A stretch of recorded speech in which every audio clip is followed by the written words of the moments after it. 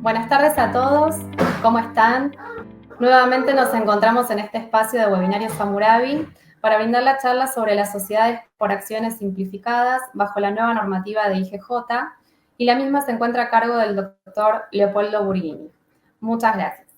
Bueno, ¿qué tal? Buenas tardes. Agradezco a Hammurabi, les agradezco a ustedes la presencia, permitirme compartir estos difíciles momentos que estamos sobrellevando en función de la emergencia, pero el tema que nos convoca es un tema interesante. Yo voy a compartir con ustedes el material en función del cual vamos a realizar nuestra exposición. Ese material pueden consultarlo de manera directa. Vamos a consignar aquí la dirección de la página web donde pueden ingresar y consultar el material, pueden bajarlo, así cuentan con él y pueden ir siguiendo en todo caso la exposición. Vamos a empezar la exposición compartiendo una ley que es muy importante y que nos va a ayudar a analizar el nuevo marco de la normativa que rige las sociedades por acciones simplificadas bajo la jurisdicción de la Inspección General de Justicia, esto es la Ciudad Autónoma de Buenos Aires. Bueno, acá compartimos con ustedes una ley que es muy importante, como les decía, una ley que vamos a empezar a tratar, es la tercera ley de Newton, o la tercera ley de la física, una ley que dispone que a cada acción siempre se opone una reacción igual, pero de sentido contrario. Vamos a ver a continuación por qué esta ley de la física nos va a permitir intentar comprender básicamente cómo es posible que se haya modificado de tal modo la normativa que rige la SAS en la Ciudad Autónoma de Buenos Aires. Bien, como les decía, el objeto de nuestra charla de hoy es tratar las sociedades por acciones simplificadas bajo la normativa que rige solamente y exclusivamente a las sociedades por acciones simplificadas bajo la jurisdicción de la Inspección General de Justicia. Esto nos va a llevar a plantearnos dos cuestiones. La primera tiene que ver con entender cómo es posible que la normativa de las sociedades por acciones simplificadas se haya generado un giro de 180 grados entre lo que era la reglamentación de la RG 6/2017 y las 7 resoluciones generales que se han dictado en estos 3 meses, que van desde el 20 de febrero, con la primera de estas resoluciones, la 3, hasta, bueno, esta fecha, hasta el 20 de mayo, en la que vamos a dar tratamiento, incluso hasta la última de estas resoluciones, que es la resolución 23 del año 2020. ¿Por qué decíamos que es importante tener en cuenta esta ley de la física? Es importante tenerlo en cuenta porque ustedes saben que cuando la ley 27349, que dentro de la cual se creó el tipo social de la SAS, en los artículos 33 a 62, fue una ley que, de acuerdo a una parte importante de la doctrina, vino a revolucionar el derecho societario argentino. Este carácter revolucionario del derecho societario argentino fue suscrito, como les decía, por importantes autores, pero no podemos dejar de lado que hubo otros importantes autores que cuestionaron este carácter revolucionario. Los autores que cuestionaron el carácter revolucionario de la figura y lo pusieron duramente bajo la lupa son quienes hoy conducen, ¿no es cierto?, la Inspección General de Justicia. Me refiero en particular al doctor Ricardo Nissen. El doctor Ricardo Nissen fue un crítico de esta figura y ha llevado en estas resoluciones adelante su mirada respecto a la figura. Ahora bien, uno puede decir, ¿cómo resulta posible que bajo una misma norma, ¿sí?, la 27349, tengamos dos reglamentaciones absolutamente distintas y que se contraponen y que son contradictorias, ¿no es cierto?, la RG 6/2017 y las resoluciones generales que hoy vamos a comentar, en particular la 3, la 5, la 9, la 17, la 20 y la 23, 22 y la 23 también, vamos a entender un poco la dinámica de cómo es posible esto cuando analicemos la supletoriedad establecida en la ley 27349. La LACE, la Ley de Apoyo al Capital Emprendedor, surgió con una pretensión de autonomía. Esto fue puesto de manifiesto por muchos autores, es decir, la SAS era un tipo social nuevo que tenía un régimen autónomo, distinto, específico, que la separaba de todas las sociedades típicas contempladas en la Ley General de Sociedades. Ahora bien, ¿qué ocurre? La Ley 27349, la LACE, en lo que es relativo a la SAS, no es una ley autónoma. ¿Por qué? Porque en el artículo 33 dispone expresamente que se aplican de manera supletoria las normas de la Ley General de Sociedades en cuanto concilien con las disposiciones de la Ley 27349. Pues bien, entender cuándo una disposición de la Ley General concilia con una disposición de la Ley 27349, o sea, la ley de la SAS, no es una tarea fácil, y esto dio lugar a que la doctrina societaria nacional se dividiera básicamente en tres posiciones. Para una posición, la primera posición, la sociedad por acciones simplificadas está absolutamente al margen de la ley general, por lo cual las normas imperativas de la Ley General de Sociedades, ¿sí?, aquellas que no pueden ser dejadas de lado por los socios, no rigen en la SAS. En esta posición encontramos autores de mucha importancia, lo encontramos al doctor Balbín, al doctor Ramírez, al doctor Duprat, a los doctores Bantienen, a Diquiasa, a Pérez Walde, digamos, autores de mucho peso que sostuvieron que la SAS venía a romper con el molde histórico de la tipicidad dura de la ley general y que acá los socios podían hacer y deshacer a gusto y piacere. Una segunda posición, una posición intermedia, que es sostenida por autores de la talla de Ragazzi, Manovi, La Alegría, la doctora Villanueva, el doctor Javier Dubois y Españolo, sostiene que en realidad la SAS no deja de ser una sociedad y como tal se le aplican algunas normas imperativas de la ley general, no todas. Los socios tienen libertad para regular el contrato del modo en que lo estimen correspondiente, pero con algunos límites, cosa que la primera posición no admite.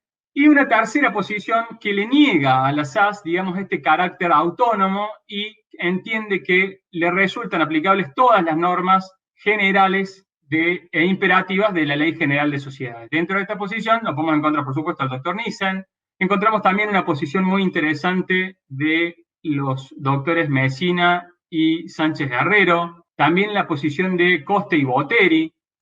Todas estas posiciones disímiles nos están demostrando que cuando la Inspección General de Justicia reglamenta de un modo distinto a la SAS a lo que ocurrió con anterioridad, no se trata de una aventura jurídica, sino que se trata de un defecto. ¿Sí? Se trata de reglamentar una norma en base a una vaguedad que tiene la ley general. Es interesante esto porque ustedes fíjense que autores que están en los dos extremos de las interpretaciones, es decir, aquellos que entienden que a la SAS no le regirían la Ley General de Sociedades y aquellos que entienden que todas las normas de la Ley General de Sociedades les son aplicables con alguna excepción, en los dos extremos los autores, cuando se pronunciaron, sostuvieron que era peligroso el modo en el que había sido reglamentado el artículo 33 y la supletoriedad de la Ley General, básicamente porque no le daba al emprendedor seguridad jurídica en relación con las normas que le iban a resultar aplicables. Entonces, como primera cuestión, hemos planteado que las causas por las cuales podemos pasar de una reglamentación muy favorable a la figura de la SAS a una posición muy adversa a la figura de la SAS, a tal punto que estas nuevas resoluciones, en particular la 9, ha sido citada por una autora como un golpe letal a la figura de las SAS bajo jurisdicción de la Inspección General de Justicia. Entonces, como primera cuestión, tenemos claro que hay un déficit de la ley en el artículo 33 y su régimen de supletoriedad que admite estas tres interpretaciones, dos que se han manifestado en la RG 6/2017 y en las RG que hemos nombrado y que vamos a analizar en breve. La segunda cuestión, que también es interesante destacar, se relaciona con la posibilidad de las distintas jurisdicciones de la Argentina de reglamentar de modo distinto la figura de las SAS. Entonces ustedes van a ver que las normas que vamos a comentar solamente aplican, yo insisto, por las dudas de que alguien recién se incorpore y nos esté viendo, que piense que las normas que vamos a comentar le pueden resultar aplicables a las SAS que tiene o a las SAS que pensaba constituir. Esto solamente es aplicable a aquellas SAS constituidas bajo jurisdicción de la Inspección General de Justicia, esto es la Ciudad Autónoma de Buenos Aires. Ahora, ustedes se preguntarán, ¿cómo es posible que tengamos entonces la posibilidad de que cada jurisdicción lo regule de un modo distinto y que se generen asimetrías en materia reglamentaria con las SAS? Bueno, esto es posible básicamente porque la materia registral en nuestro país, de los registros públicos, constituyen materia reservada de las provincias, es decir, cada provincia lo regula al registro público del modo en el que estima corresponder. A esto hay que agregar, digamos, que el Código Civil y Comercial de la Nación, cuando fue dictado, borró de un plumazo todas las normas que hacían al registro público y que establecían las pautas y los documentos que resultaban susceptibles de ser inscritos y que lo ponía a cargo de un juez de registro. Esto también fue borrado, con lo cual actualmente cada registro, cada provincia tiene su propio registro sin una normativa nacional que unifique de algún modo los criterios. Entonces, tenemos en claro que esto que vamos a comentar hoy solamente rige para la Ciudad Autónoma de Buenos Aires, las demás provincias tienen una mirada distinta. Algo vamos a aportar ahora en relación con la Resolución General 23, que es la que aprobó el nuevo estatuto de la SAS, el nuevo estatuto modelo de la SAS. Este nuevo estatuto modelo de la SAS, tengamos en cuenta que cuando se dictó la RG 6/2017, 11 jurisdicciones siguieron el mismo modelo. Habrá que ver en esta instancia si las jurisdicciones que siguieron en aquel entonces el modelo de la Resolución General 6/2017 se acoplan y siguen el nuevo modelo de las resoluciones generales que ahora en adelante vamos a pasar a comentar. Vamos a comentar las resoluciones, yo les decía recién, la Resolución General 3 del año 2020, la 5, la 9, la 20, la 22 y la 23. Ustedes ven 7 resoluciones generales dictadas en el corto plazo de 3 meses, lo que lleva a motivar, digamos, este webinario, básicamente porque no podemos hablar de una norma que cambia un artículo y demás, sino tenemos un verdadero cambio de régimen en materia de sociedades por acciones simplificadas. La primera resolución que vamos a comentar, la 3 del año 2020, es una resolución que fue general en principio a las sociedades por responsabilidad limitada y a las sociedades por acciones simplificadas. Esta resolución, ¿qué estableció? Que la publicidad edictal, es decir, los avisos que deben publicarse al momento de constituir una sociedad por acciones simplificada, deben cumplir determinados requisitos. Ustedes saben que el artículo 37 de la Ley 27.349 establece qué debe publicarse previo a la inscripción en el registro público de una sociedad por acciones simplificada. Uno de estos incisos es el 6, es el relativo al capital, a los aportes de los socios, a la suscripción del capital, a la forma de integración de cada socio de este capital. Y la Resolución General 6 del año 2017 había establecido que en relación con este inciso del artículo 36 que debía publicarse, alcanzaba solamente con publicar el capital social y los socios. Eso era suficiente.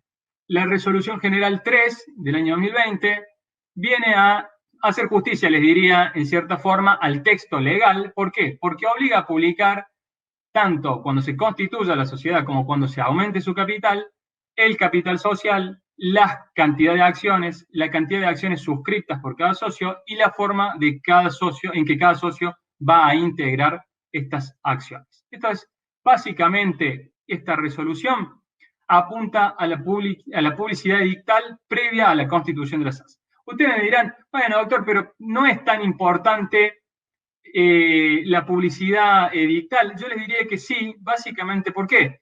Porque hoy por hoy es mucho más fácil acceder a través de la computadora, internet y demás al boletín oficial de la Nación y conocer con más rapidez, con más facilidad, con menos burocracia, cuál es la información de una sociedad que está inscrita en el registro público. Para acceder al registro público tenemos que realizar otros procedimientos que son mucho más complejos. La publicidad edictal sirve, tiene un objeto y les diría que hoy por hoy es un medio de acceso muy rápido y fácil para los terceros, que en definitiva es a quienes la ley busca tutelar cuando exige que se publicite la información de una sociedad. La segunda resolución general que vamos a comentar es la resolución general 5 del año 2020. La resolución general 5 no modifica, en principio les diría, la resolución general 6/2017 que reglamentaba las SAS. Pero lo que hace es restituir dos artículos de la RG 7/2015, la resolución general de la Inspección General de Justicia, que habían sido modificados por una resolución, por la resolución 8 del 2016, también de la Inspección General de Justicia. Esta resolución modifica los artículos 67 y 68 de la resolución general, restituye, digamos, la vigencia de los artículos anteriores, y lo que dispone en el 67 es el objeto único, cosa que no resulta aplicable a la SAS, puesto que el artículo 36 establece que en la SAS el objeto puede ser múltiple, puede ser plural, y las actividades no tienen que tener conexidad entre ellas, pero en el artículo 68 de la RG 7/2015, modificada por la resolución 5 del año 2020, se establece que la Inspección General de Justicia va a controlar la suficiencia del capital social en relación con el objeto social, más allá de que la ley 27349 establezca en su artículo 40 un capital mínimo. Ustedes saben que el capital de la SAS son 2 salarios mínimo vital y móvil, monto que es, por supuesto, insuficiente, pero esta resolución se mete en esta cuestión y establece que va a exigir la adecuación del capital al objeto social, cosa que es sumamente difícil, puesto que teniendo un objeto plural, hacer conciliar el objeto plural con un capital mínimo que la ley establecía parece no ajustado a la normativa de la ley. Como tercera resolución que vamos a comentar, esta le diría que es la resolución más importante, la más trascendente, la que ha sido llamada el golpe letal a la SAS bajo jurisdicción de la Inspección General de Justicia, es la resolución 9 del año 2020. Esta resolución tiene 8 artículos, pero básicamente los 6 primeros son sumamente importantes porque van a modificar de punta a punta la resolución general 6 del 2017, como vamos a ver a continuación.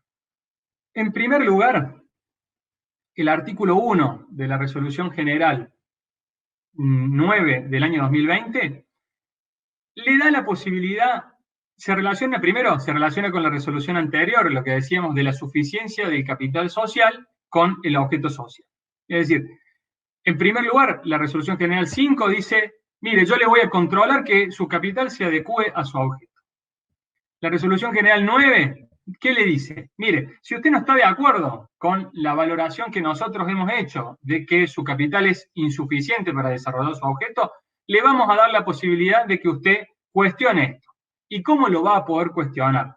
A través de un sistema muy parecido al que se establece para las fundaciones en cuanto a lo que es la base presupuestaria. Es decir, se le exige a la sociedad la presentación de un plan de negocios con una base presupuestaria que esté firmada y certificada por un contador público, en la cual se exponga cuál es el objeto que en principio va a desarrollar y cómo va a hacer con ese capital que en principio aparece como insuficiente, si van a realizarse nuevos aportes, quiénes los van a realizar estos nuevos aportes, para poder permitirle a la sociedad inscribirse con este capital que, de acuerdo a la Inspección General de Justicia, en principio no sería adecuado para el desarrollo del objeto social. Entonces, el inciso primero de la Resolución General 9 se relaciona con la Resolución General 5. El segundo inciso se relaciona con la integración del capital. Acá, la verdad que se trata de una norma que no genera tiene muchos problemas. En definitiva, la Resolución General, la 6 del 2017, había permitido que la integración del capital, ustedes saben que de este capital mínimo de 2 salarios mínimos vital y móvil, uno tiene que integrar, al menos al momento de constituirla, el 25%. Entonces, una de las formas de acreditar este 25% de integración del capital que había establecido la Resolución General 6 de 2017 era acreditar que se había pagado el aviso en el boletín oficial. A través de este mecanismo se podía acreditar el cumplimiento de la integración del capital. Bueno, esto es dejado de lado por la Resolución General 9 del año 2020 en su artículo 2. Ya no se puede más integrar el capital a través de presentar la boleta de pago del aviso en el boletín oficial. Esto, la verdad que más allá de la finalidad que tiene la Inspección General de Justicia, que busca luchar contra la infracapitalización de esta sociedad, es decir, una sociedad que nace con muy poquito capital y que ya directamente el poco capital que debería tener para funcionar se haya ido en este gasto. Lo cierto es que, de acuerdo a los artículos 183 y 184 de la Ley General de Sociedades, los gastos que se realizan a los fines de inscribir la sociedad en el registro público son asumidos por la sociedad. Es decir, aun cuando no se permita acreditar la integración ante la Inspección General de Justicia del capital, del 25% del capital con el pago de este aviso, una vez que esté inscrita la sociedad sí puede asumir como propio ese costo y tener por integrado, en principio, una parte del capital por parte de los socios. Vamos al tercer inciso de la Resolución General 9, que tiene que ver con la garantía de los administradores. Ustedes saben que la Resolución General 6 de 2017 había eximido a los administradores de la SAS de prestar la garantía que deben otorgar los gerentes de las sociedades de responsabilidad limitada y los directores de las sociedades anónimas. Bien, ¿qué ocurre? Si uno lee el artículo 52 de la Ley 27349, el artículo establece que los administradores de la SAS tienen las mismas obligaciones y responsabilidades que los gerentes de las sociedades de responsabilidad limitada.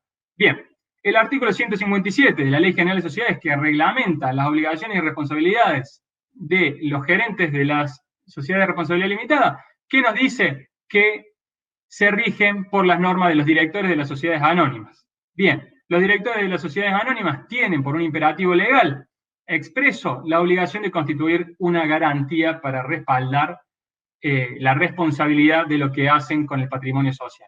Pues bien, esto es ley de transitividad pura, es lógico que se le exija al administrador de la SAS que tenga que cumplir con la garantía que la ley general le exige a los gerentes de la SRL y a los directores de las sociedades anónimas. Vamos al cuarto artículo, de la ley, de la Resolución General 9, que se relaciona con el órgano de fiscalización. Ustedes saben que el artículo 53 de la ley 27349 establece como título, dentro del título del artículo 53, la fiscalización opcional. Es decir, el artículo es un artículo que no obliga a constituir un órgano de fiscalización en la SAS, ¿sí? En ningún caso. En principio, la norma es clara y no lo exige de ningún modo. ¿Qué hace la Resolución General 9 en su artículo 4? ¿Qué dice? Que, al igual que las sociedades de responsabilidad limitada, cuando la SAS tenga un capital superior al fijado en el artículo 299, inciso 2, hoy 50 millones de pesos, va a tener que designar un órgano de fiscalización. Se hace un análisis aquí integral de las dos normas y se entiende que está justificada la exigencia aun cuando el texto legal no lo disponga en esos términos. Además, este artículo 4 lo que establece es que cuando se prescinda de la sindicatura, la sociedad debe garantizarle a los socios el acceso libre y sin cortapisas a los libros digitales que debe llevar la SAS. Vamos a pasar al inciso 5. El inciso 5 también es muy trascendente. Es un inciso que genera obviamente polémica porque establece que las SAS deben presentarle a la Inspección General de Justicia sus estados contables. Ustedes saben que el artículo 58 de la LACE, de la Ley 27349, no establece ninguna obligación en relación con la presentación de los balances ante el organismo del Contralor. Esto dio lugar, por supuesto, a que algunos autores sostuvieran que no correspondía. Otros autores de la talla de Verón, por ejemplo, han sostenido que sí corresponde a los fines de justamente evitar focos de corrupción, ¿no es cierto?, que se producen cuando estos vehículos societarios son utilizados de manera ilegítima. En definitiva, la norma impone que a partir del 30 de junio del 2020, las SAS tienen la obligación de presentar sus balances ante la Inspección General de Justicia. Bueno, vamos al artículo 6. Este es un artículo también muy fuerte, muy pesado, digamos, desde el punto de vista conceptual, porque se mete de lleno a esto que yo planteaba al inicio de la charla y que tiene que ver con la supletoriedad de la Ley General de Sociedades.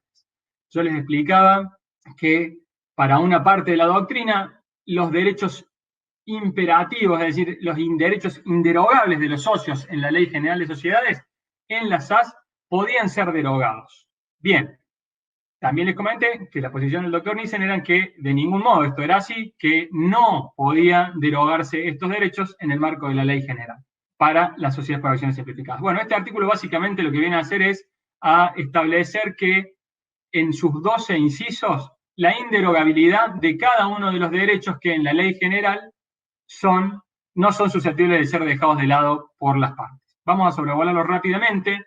El inciso primero tiene que ver con el artículo 13, la imposibilidad de dejar de lado las cláusulas leoninas. Vamos a dar un ejemplo, las sociedades tontinarias, en las cuales se ponen de acuerdo los socios y podrían establecer que el socio que se muera último se queda con todo. Bueno, por supuesto que esto no está permitido y este primer inciso viene a refrendar que no pueden ser dejadas de lado las cláusulas establecidas en el artículo 13 de la Ley General de Sociedades. El segundo inciso establece el derecho de los socios a la aprobación e impugnación de los estados contables y a contar previamente con la información. También un derecho inderogable en el marco de la Ley General. En el marco de la LACE, como les decía, algunos autores han sostenido que este derecho podría ser dejado de lado.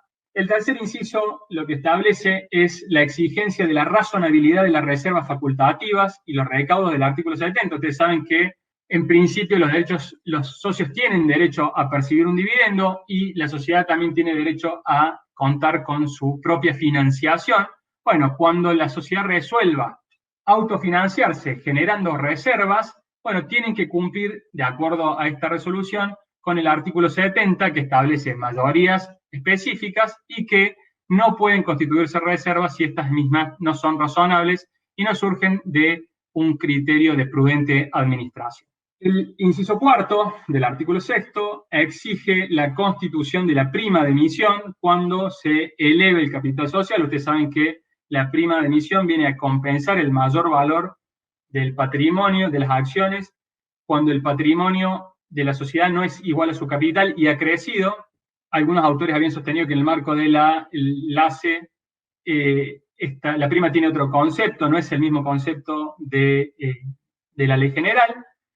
En esta interpretación de la Inspección General de Justicia cumple los mismos requisitos y se exige que cuando en el marco de la Resolución General 7 del 2015 corresponda una prima por el aumento, en estos casos también corresponderá la constitución de una prima.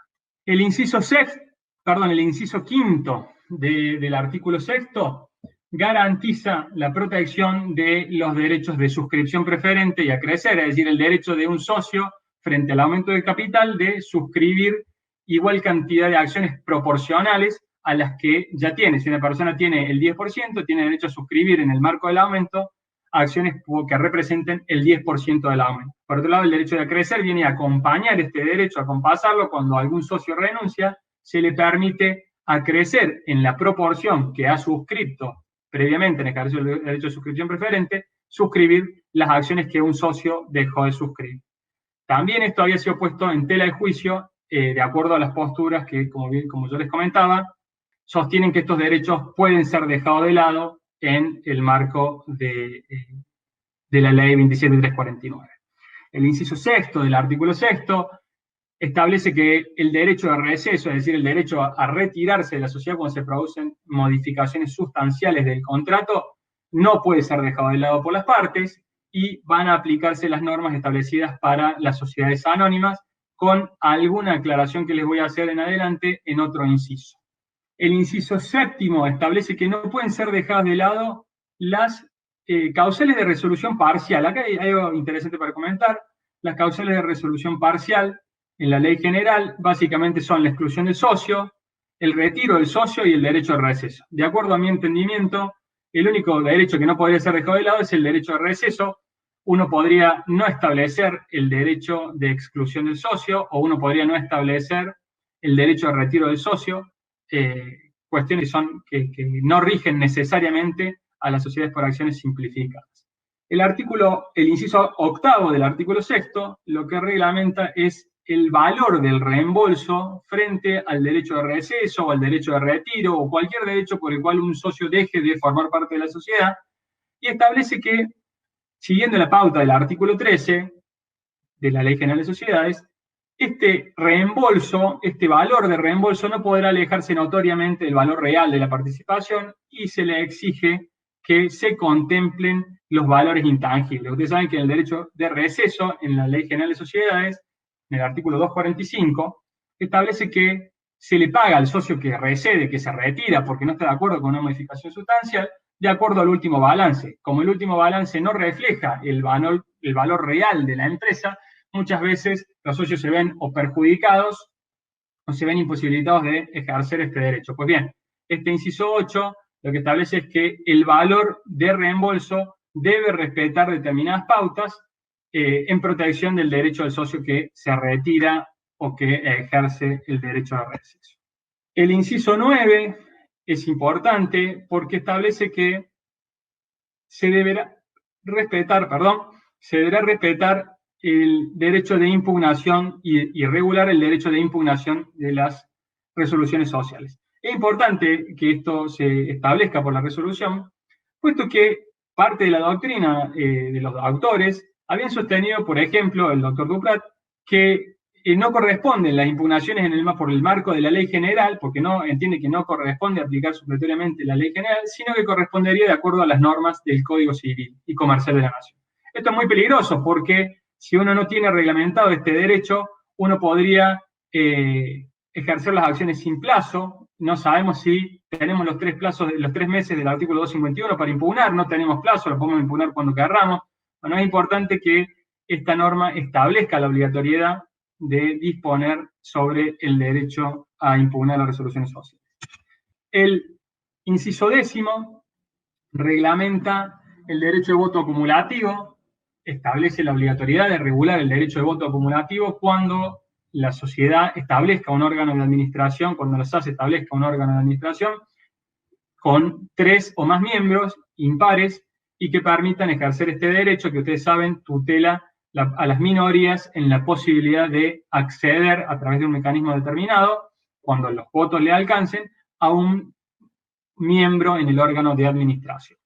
El inciso 11 es un inciso que ha dado lugar a polémica, básicamente porque establece que la renuncia a cualquiera de todos estos derechos que yo he comentado en los 10 incisos primeros solamente puede realizarse cuando exista unanimidad. Entonces esto ha dado lugar a que parte de la doctrina diga, pero ¿cómo? Si cuando constituimos la sociedad estamos todos de acuerdo y de manera unánime tomamos la decisión de suprimir, por ejemplo,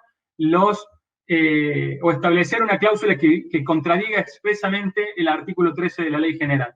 Pues bien, la interpretación finalista de la norma a lo que apunta es a la prohibición de renunciar de manera general y anticipada a cualquiera de estos derechos.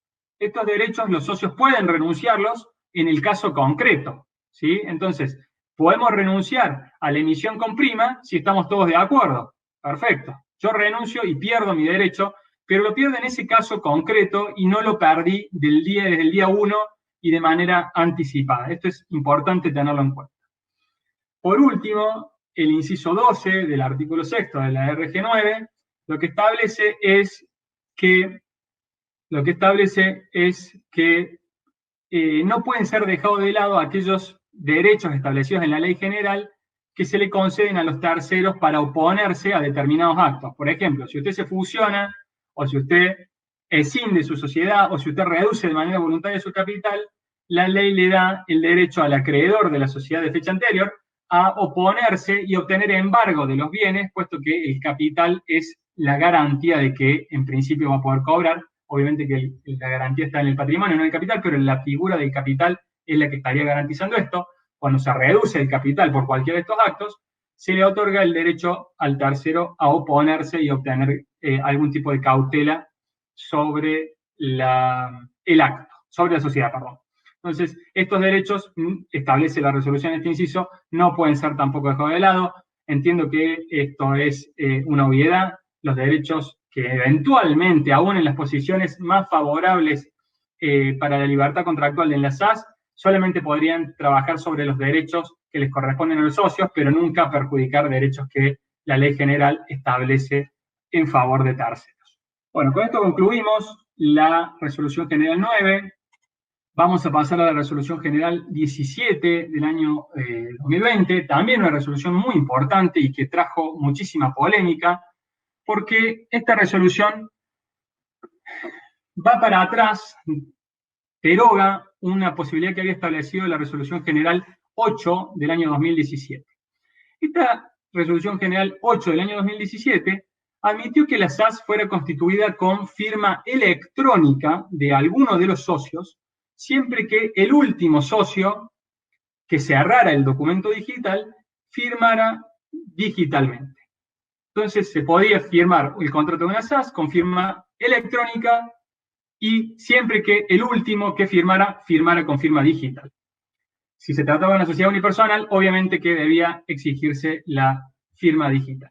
La resolución general 8 no explicó por qué estableció esto. Lo cierto es que la resolución general 17 viene a poner las cosas en orden.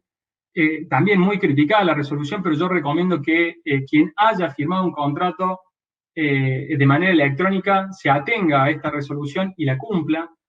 Básicamente por lo siguiente, porque el artículo 35 de la ley 27.349 admite la constitución de una SAS por instrumento privado cuando la firma se certifica judicialmente, notarialmente, por un funcionario de la Inspección General del Registro Público, o por una certificación bancaria. Y por último, admite el instrumento digital con firma digital. Firma digital no es firma electrónica. Esto está claro en la ley 25.506, que es la ley de firma digital.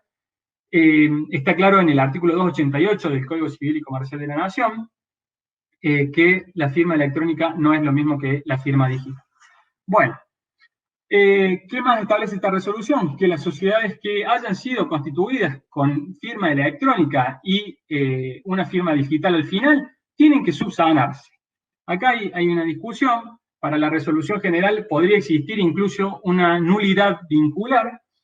Yo entiendo que la existencia de una firma electrónica implicaría que el documento ha sido firmado, pero no con las formalidades que la ley exige, motivo por el cual esta sociedad quedaría enmarcada en el artículo, en la sección 4 de la ley general, es decir, se perdería el beneficio de la limitación de la responsabilidad, cuestión muy importante, motivo por el cual la resolución establece que deben, dentro del plazo de 90 días, ser subsanadas estas sociedades con determinados requisitos.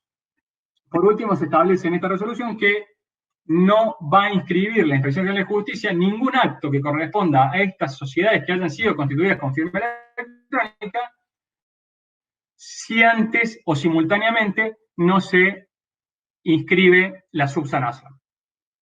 Vamos rápidamente a las dos resoluciones que nos quedan para que podamos tener unos minutos de preguntas.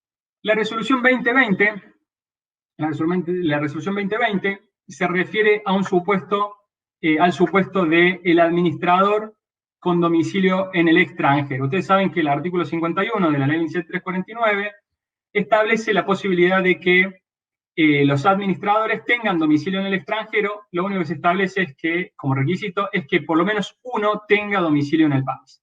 Bueno, la norma, este artículo 51, estableció que el administrador con domicilio en el extranjero debía otorgar un poder a un argentino, a una persona con domicilio en el país, cosa que no se entendió desde el primer momento. Esto fue puesto, se mostró, digamos, absorta la doctrina, sin comprender cuál era el objeto.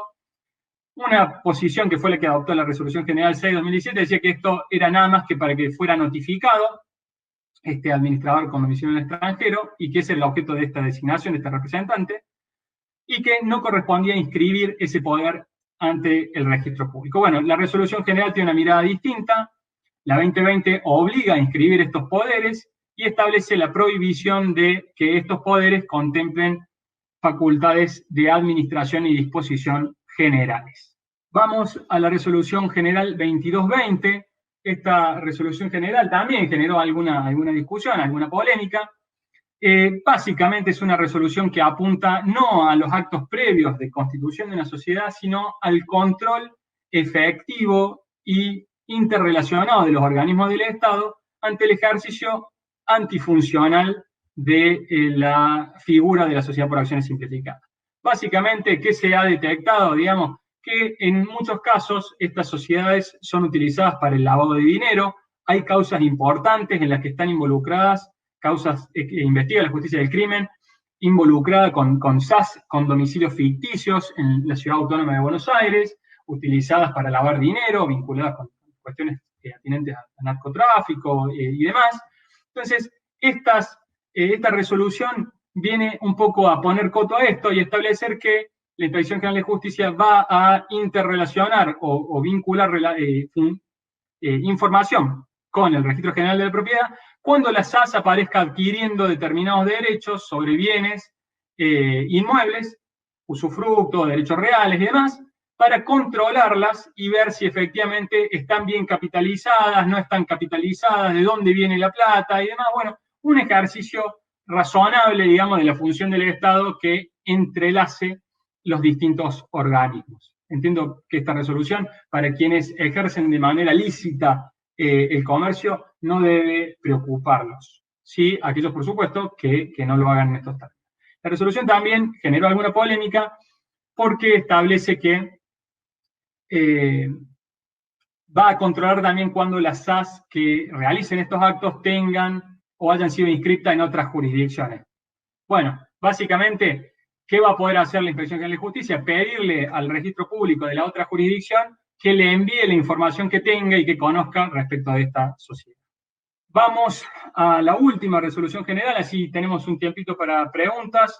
En la resolución general 2320, la resolución general 2320 lo que hace básicamente es redactar un nuevo estatuto que contemple todos estos derechos que yo les comenté que tiene la resolución general 9/2020. Es decir, todos estos derechos inderogables de los socios están contemplados en el nuevo estatuto de la Inspección General de Justicia. Hay alguna cuestión que me interesaría destacar. Básicamente, en la materia del capital, se establece que los socios se obligan a mantenerse informados y a mantener capitalizada la sociedad, cosa que obviamente que es muy peligrosa, porque si la sociedad después deviene infracapitalizada, los socios van a deber responder con su propio patrimonio por la infracapitalización que se obligaron a controlar. Un tema peligroso del nuevo modelo. Varias cuestiones más que tienen que ver con lo que les acabo de comentar, pero un punto que me interesa también comentarles tiene que ver que se establece como causal de disolución el conflicto societario que impide el funcionamiento normal de los órganos sociales, cuando esto corresponde al órgano de administración por el término de 6 meses o por el término de 2 años al órgano de gobierno, se va a considerar que hay una causal de disolución de esta SAS. Y un punto también que es importante, que se establece como causal de resolución parcial, es decir, de retiro, eventualmente de separación del socio, aquellos supuestos en los cuales el socio se muera. Si un socio se muere, no continúan los herederos en la SAS, sino que la sociedad tiene la obligación de pagarles la parte que corresponde y se disuelve y se resuelve parcialmente el contrato. Lo mismo ocurre bajo este modelo cuando uno de los socios se divorcia y las acciones le son adjudicadas al cónyuge no socio. Bueno, hasta aquí hemos tratado de darles un panorama del nuevo régimen de las sociedades por acciones simplificadas bajo la Inspección General de Justicia. Queda abierto a preguntas. Si ustedes desean, las respondemos en los minutos que nos quedan. Bueno, veo que en principio no habría preguntas. Esperamos un minuto más. Si no hay ninguna pregunta, damos por concluida la charla. Les agradezco a todos haberme prestado un rato de su atención y permitido compartir este momento de esta tarde difícil, como les decía, que nos toca sobrellevar. Bueno, acá nos llegan algunas preguntas. Nos preguntan si el procedimiento de constitución, con todos los cambios implementados, sigue siendo portal. En principio les diría que sí, hubo un esbozo de una resolución que iba a suspenderlo, pero esta resolución quedó suspendida y no se dictó, con lo cual entiendo que en principio sigue rigiendo el mismo sistema. La posibilidad de que el aporte sea en especie, me consultan aquí, ahí no hay ningún problema en principio porque la propia ley establece, ¿no es cierto?, esta posibilidad y los socios responden por la sobrevaluación que efectúen de los bienes que son aportados. Me consultan si se puede aportar software, yo les diría que sí, habrá que ver, digamos, cuál es el criterio de la Inspección General de Justicia. Quien tiene escrito algo muy interesante sobre este tema es la doctora Villanueva. Yo entiendo que en principio un software tiene valor, es susceptible de ser ejecutado, con lo cual podría ser aportado. Acá me consultan si con la firma digital, perdón, es Leonardo Perrone, si con la firma digital de socio pueden generar los registros sin tener la firma digital del administrador, el cual no tiene firma digital registrada, firma en firma hológrafa. Yo entiendo que es posible que algunas personas firmen que tiene que tener unificado el criterio de la firma. Le agradezco a Luciano José Nístico, que nos consultaba el tema del aporte en especie, a Cristian Sasso en relación con la cuestión de si sigue a través del TAD la inscripción. Bueno, en principio creo que podemos dar por concluida la charla. Les agradezco nuevamente su atención.